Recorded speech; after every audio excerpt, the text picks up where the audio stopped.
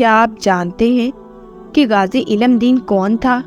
اور کیا آپ کو معلوم ہے کہ غازی علم دین کا تعلق کس شہر سے تھا اور اس کو غازی علم دین شہید کیوں کہا جاتا ہے؟ اور کیا آپ یہ بھی جانتے ہیں کہ عدالت نے اسے پھانسی کی سزا کیوں دی؟ ان سب سوالات کے جوابات جاننے کے لیے ویڈیو کو اینڈ تک لازمی دیکھیے۔ یہ تھا لاہور کا رہائشی 19 سالہ غازی علم دین۔ پیشے کے لحاظ سے ایک بڑائی تھا۔ تقسیم ہند سے پہلے انڈیا میں ہونے والے ایک واقعہ نے علم دین کی زندگی میں ہلچل برپا کر دی۔ 1923 میں ایک انتہا پسند ہندو نے رسول اکرم صلی اللہ علیہ وآلہ وسلم کی شان میں ایک نہایت گستاخانہ کتاب کے نام سے تحریر کی۔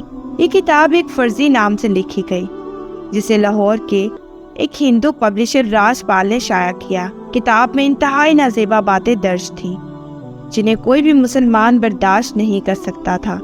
کتاب کی اشاعت سے پورے برصغیر کے مسلمانوں میں شدید غم و غصے کی لہر دوڑ گئی۔ مسلمانوں نے اس کتاب پر پابندی کا مطالبہ کیا اور اس کے پبلشر کے خلاف عدالت میں مقدمہ دائر کر دیا۔ سیشن کورٹ نے راج پال کو مجرم قرار دیتے ہوئے سزا سنا دی، جس کے بعد لاہور ہائی کورٹ نے اس سزا کے خلاف اپیل کی۔ سماعت میں مجرم راج پال کو اس وجہ سے رہا کر دیا کہ اس وقت مذہب کے خلاف گستاخی کا کوئی قانون موجود نہ تھا۔ مسلمانوں نے ہائی کورٹ کے اس فیصلے کے خلاف پورے ملک میں تحریک شروع کر دی۔ نوجوان علم دین اپنے دوست رشید کے ساتھ لاہور کی تاریخی وزیر خان مسجد کے سامنے اس ہجوم میں موجود تھا، جو ہندو رائٹر راج پال کے خلاف نعرے لگا رہا تھا۔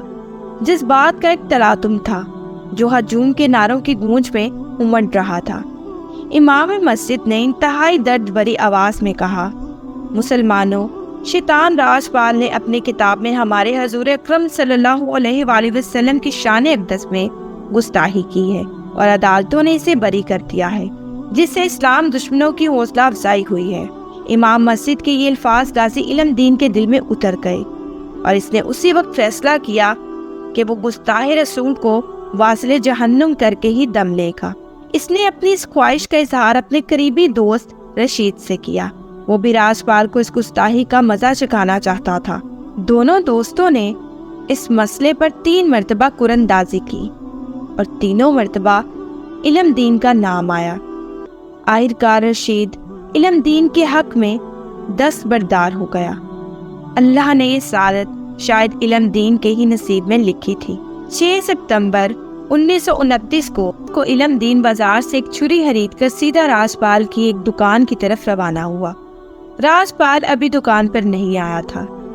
علم دین نے اس کا انتظار کیا اور جیسے ہی راج پال اپنی دکان میں داخل ہوا، علم دین نے چھری سے اس کے سینے پر زوردار وار کیا جو اس کے دل میں پیوست ہو گیا۔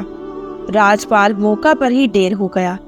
پولیس نے اسے گرفتار کر لیا اور اس پر قتل کا مقدمہ درج کر کے کیس چلایا گیا۔ علامہ اقبال کی درخواست پر قائد اعظم محمد علی جناح نے علم دین کا مقدمہ لڑا۔ قائد اعظم نے ایک موقع پر علم دین سے کہا کہ وہ جرم کا اقرار نہ کرے۔ غازی علم دین نے کہا کہ میں یہ کیسے کہہ دوں کہ میں نے یہ قتل نہیں کیا، مجھے اس قتل پر ندامت نہیں بلکہ فخر ہے۔ کورٹ نے علم دین کو سزائے موت دی۔ قائد اعظم محمد علی جناح لبرل تصور کیے جاتے تھے اور اس وقت ہندو مسلم اتحاد کے بہت بڑے حامی تھے۔ ہندو اخبارات نے ان پر کڑی تنقید کی، لیکن قائد اعظم نے اس تنقید کو رد کرتے ہوئے کہا، مسلمانوں کے لیے حضور اکرم صلی اللہ علیہ وآلہ وسلم کی ذات مبارکہ ہر چیز سے بڑھ کر ہے۔ 31 اکتوبر 1929 غازی علم دین شہید کی سزائے موت پر عمل درآمد کا دن تھا۔ علم دین سے ان کی آخری خواہش پوچھی گئی تو انہوں نے کہا کہ مجھے صرف 2 رکعت نماز پڑھنے کی اجازت دی جائے۔ غازی علم دین کو جب پھانسی گھاٹ پر لایا گیا اور جب پھندا ان کی گردن میں ڈالا گیا تو اس نے وہاں موجود لوگوں سے کہا، اے لوگو، گواہ رہنا، میں نے راج پال کو نبی کریم صلی اللہ علیہ وآلہ وسلم کی شان میں گستاخی کرنے پر واصل جہنم کیا ہے۔ آج میں آپ سب کے سامنے کلمہ طیبہ کا ورد کر کے حرمت رسول صلی اللہ علیہ وآلہ وسلم پر اپنی جان نچھاور کر رہا ہوں۔ غازی علم دین شہید کو پھانسی کے بعد برطانوی حکومت نے ان کی میت کے بغیر نماز جنازہ جیل کے قبرستان میں دفنا دی، جس پر مسلمانوں نے شدید احتجاج کیا اور علامہ اقبال نے ایک مہم چلائی اور آخرکار انگریزوں کو یہ یقین دہانی کے بعد لاہور میں تدفین کے موقع پر ہنگامہ آرائی نہیں ہوگی، اس کی اجازت دے دی گئی۔ 15 دن بعد جب غازی علم دین شہید کی میت کو قبر سے نکالا گیا تو ان کا جسد حاکی پہلے دن کی طرح تر و تازہ تھا۔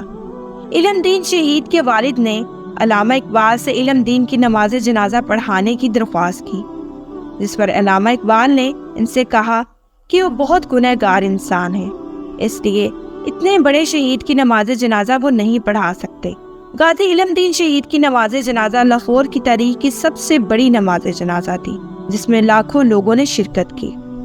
ہر ایک کی خواہش تھی کہ عاشق رسول صلی اللہ علیہ وآلہ وسلم کے جنازے کو کندھا دے۔ علامہ اقبال نے غازی علم دین شہید کی میت کو کندھا دیا اور اپنے ہاتھوں سے انہیں قبر میں اتارا۔ اس موقع پر علامہ اقبال نے نم آنکھوں کے ساتھ کہا، ترکان کا بیٹا لاکھوں پر بازی لے گیا اور ہم دیکھتے ہی رہ گئے۔ علم دین شہید کی پھانسی کے بعد ایسے حالات پیدا ہوئے جس کے بعد انگریزوں کو قوانین میں تبدیلی کرنا پڑی اور کسی بھی مذہب کی توہین کو جرم قرار دیا گیا، اور اس طرح ایک نوجوان کی قربانی قانون میں تبدیلی کا پیش خیمہ بنی۔ آزادی پاکستان کے بعد توہین رسالت کے قانون کو پاکستان پینل کوڈ کا حصہ بنایا گیا اور 1982 میں اس وقت کے صدر جنرل ضیاء الحق نے اس قانون میں ترمیم کرتے ہوئے قرآن کریم کی توہین کی سزا عمر قید، جبکہ حضور اکرم صلی اللہ علیہ وآلہ وسلم کی توہین کی کم از کم سزا موت رکھی۔ مجھے امید ہے کہ ناظرین کے لیے آج کی ویڈیو بہت انفارمیٹیو رہی ہوگی، اور اگر آپ چاہتے ہیں کہ ہم ایسے ہی آپ کے ساتھ اہم موضوع شیئر کرتے رہیں تو ہمارے چینل کو لائک، شیئر اور سبسکرائب کرنا مت بھولیں، اور بیل آئیکن کا بٹن ضرور پریس کریں تاکہ ہر نئی ویڈیو کا نوٹیفیکیشن آپ کو آپ کی اسکرین پر ملے۔ اب میں آپ سے اجازت چاہوں گی، شکریہ، اللہ حافظ۔